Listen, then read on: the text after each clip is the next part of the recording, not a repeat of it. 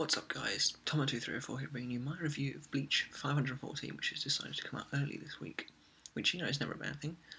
And so, before we start, I'd just like to say thank you for 100 subscribers. It means so much to me to get this kind of milestone. And, I never expected to get this kind of following, so, it's great. Please keep subscribing. Follow the channel on Twitter for regular updates, but for now let's just get on with the review. So, the last chapter ended with Ichigo using Bleach Manga to stop Juha Bach's attack and then unleashing a massive attack of his own. So, we get this massive burst of Reiatsu and Hashfold is like, "Your Majesty," as usual. And then the Reiatsu disperses, and we get this cool picture of Bach, sort of like that. He's hunched over, and he's got the usual burns, not too much damage.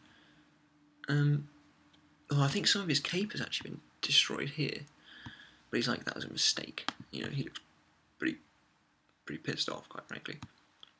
And Ichigo's like, what, a mistake just because I survived one of your attacks? And Bach's like, I didn't mean that. And then we see that he's contemplating, could it really have been Bleach Manga? And he seems to go for another massive attack to test his theory. So once again, Bach looks awesome when he fights. He's just a really cool character to see battle. He's this hulking behemoth in this cool military uniform with a big cape. Dude just looks really cool when he fights people.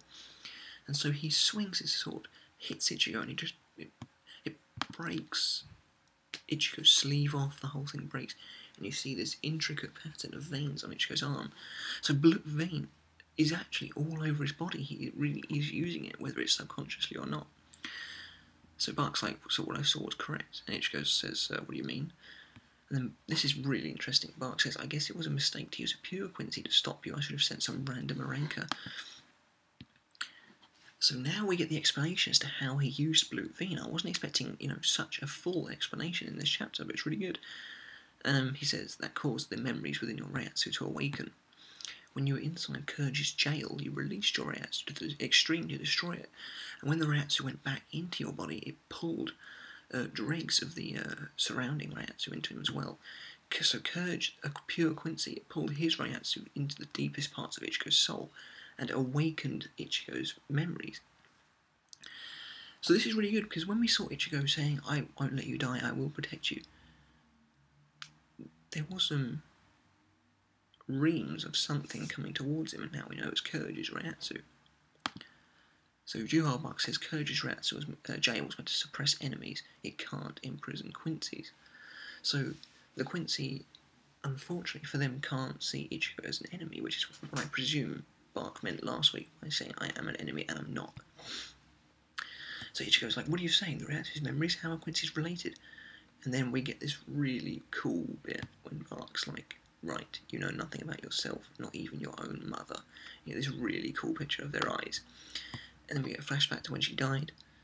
This is really cool. It's a bit like when Ginjo first arrived, and he was like, you know nothing about your family. However, this time I think we might actually get some answers. It looks like the Masaki being a Quincy theory is actually right after all. So, Ichigo's like, what are you? And Bach's like, I wanted to take you back and re-educate you from the start. It looks like there's no time to take it slowly now. I'll force you to surrender and drag you back myself. So Ichigo's flipping out like he does. And he's like, what the hell are you saying? And Ichigo's like, I'll tell you. And Bach says, I'll tell you once we get to Vandenreich, which is kind of weird. So, because I thought they were called the Vandenreich, not their castle, but, maybe it's translation error. So Bach swings at Ichigo, and Ichigo tries...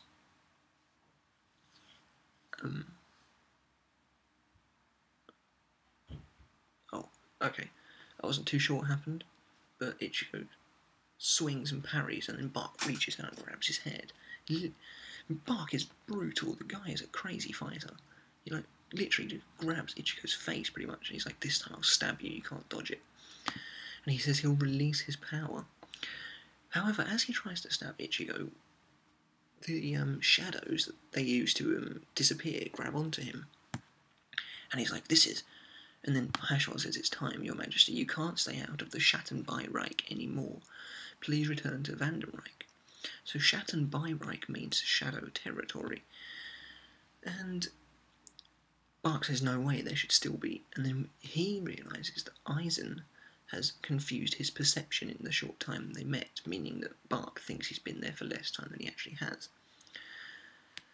So, but what I think this is I think that Bach is dead, or close to death anyway, and the Quincy have been somehow prolonging his lifespan all these years. That's how he's been alive for 1,000 years. But he can't stay out of the Schattenbereich for too long or he'll die. So he has to return. And that's actually really interesting as well, because Eisen, we thought he lost all his powers, but it would appear he's slowly regaining them, perhaps, as he altered Bach's perception. It's also interesting that this is perhaps why Bach keeps Hirschfeld with him all the time. Hirschfeld's almost like his keeper, his manager, his minder. He makes sure Bach doesn't stray too far out of the Schattenbereich. So,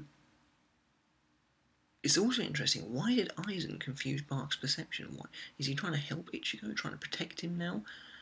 I mean, we know Eisen has plans for Ichigo, so obviously Eisen doesn't want to see Soul Society completely destroyed either, so he's obviously sort of working on the sidelines. He's obviously got his own agenda, but he's doing, shadowy stuff in the meantime. So Bach questions Hirschfeld, why didn't you tell me if you already realised I didn't have any time? And Hirschfeld says that I knew trying to stop you would be useless. So Bach clearly is known for almost losing his mind in battle and just going mental. And he says, oh, well, let's go.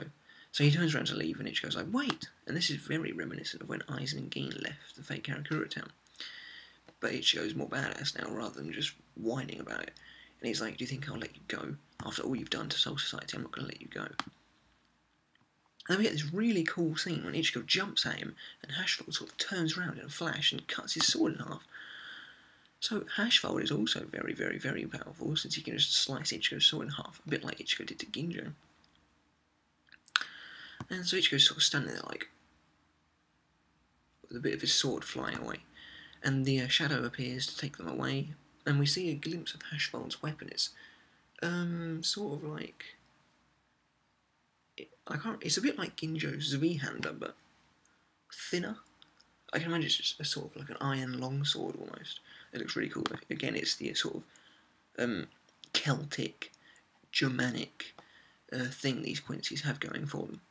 So on the last page, Bach says, farewell, Ichigo Kurosaki. One day I'll come back and get you, so until then, heal your wounds and wait. Bleach, chapter 514, My Son Born in the Darkness. Excuse me just a moment.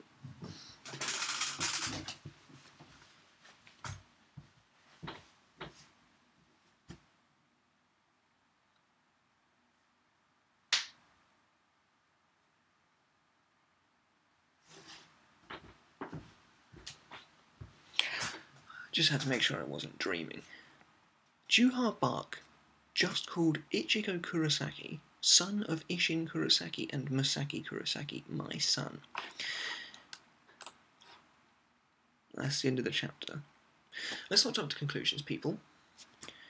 My son could be a sort of expression, a figure of speech, if you will, that Bach uses for all Quincy, because Ichigo's confirmed Quincy now, half Quincy, half Shinigami, but Isshin is the half Shinigami, Masaki's the half Quincy.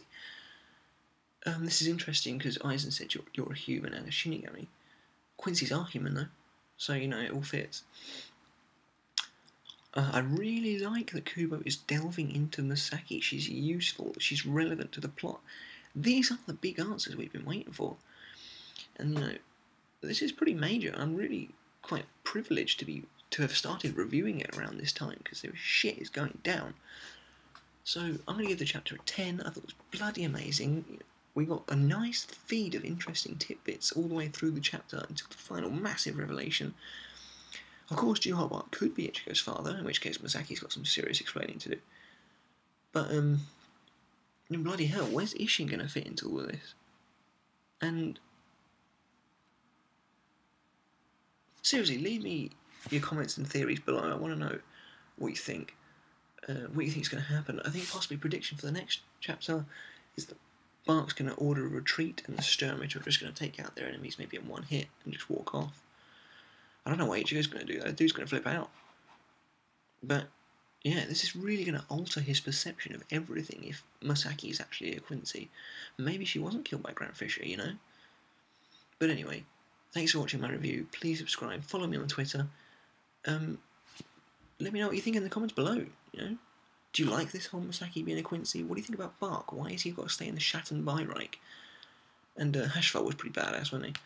So yeah, there's no Naruto this week, unfortunately. But I'll catch you on Friday for Fairy Tail. See you then.